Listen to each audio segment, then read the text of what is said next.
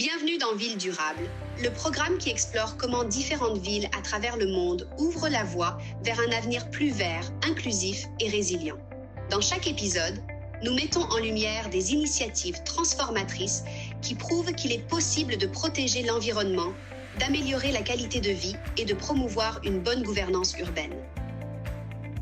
Aujourd'hui, nous découvrons une ville emblématique qui fusionne un héritage millénaire avec une vision moderne du développement durable. Kyoto, au Japon. Des pratiques zéro déchet dans les zones historiques, au tourisme vert et aux stratégies communautaires, Kyoto est un exemple de la manière dont le passé peut servir de fondation pour construire un avenir durable.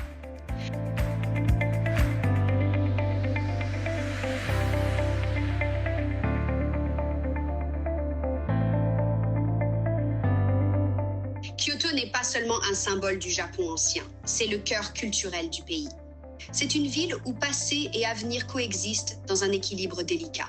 Avec plus de 1000 ans d'histoire, Kyoto abrite des temples bouddhistes, des sanctuaires shintoïstes, des jardins millénaires et des quartiers traditionnels qui semblent figés dans le temps. Pourtant, cette richesse patrimoniale n'a pas freiné la ville dans sa transition vers la durabilité. Au contraire, elle en est devenue le catalyseur. Au cours des dernières décennies, Kyoto a mis en place des politiques qui intègrent l'efficacité énergétique dans les bâtiments historiques, promeuvent des programmes zéro déchet dans les zones touristiques et renforcent la résilience communautaire face au changement climatique.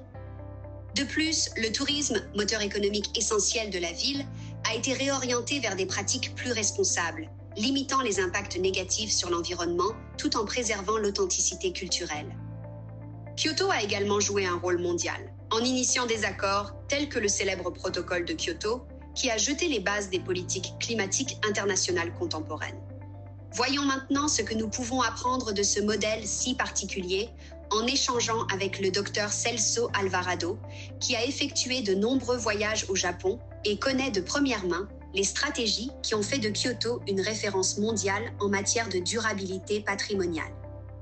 Après avoir passé du temps à Kyoto, je peux affirmer que son héritage culturel est le fondement de sa révolution en matière de durabilité.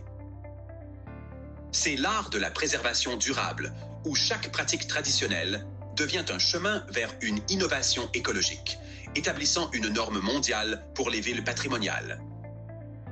Avez-vous le sentiment que le marché est devenu plus compétitif? Avez-vous du mal à atteindre vos objectifs organisationnels et à dépasser les attentes de vos clients? Chez QSC Certification, nous proposons une large gamme de services de certification reconnus selon les normes internationales ISO. Positionnez-vous sur le marché, atteignez vos objectifs, satisfaites vos clients, réduisez vos coûts, optimisez vos processus et bien plus encore. Obtenez votre certification avec nous et faites passer votre entreprise au niveau supérieur. Allons ensemble vers l'avenir. QSI Certifications. L'un des plus grands défis auxquels sont confrontées les villes à forte valeur patrimoniale est de trouver un équilibre entre la préservation de leur héritage culturel et l'activité touristique, qui exerce souvent une pression sur les ressources locales et la qualité de vie des résidents. À Kyoto, ce défi est particulièrement visible dans le quartier historique de Gion.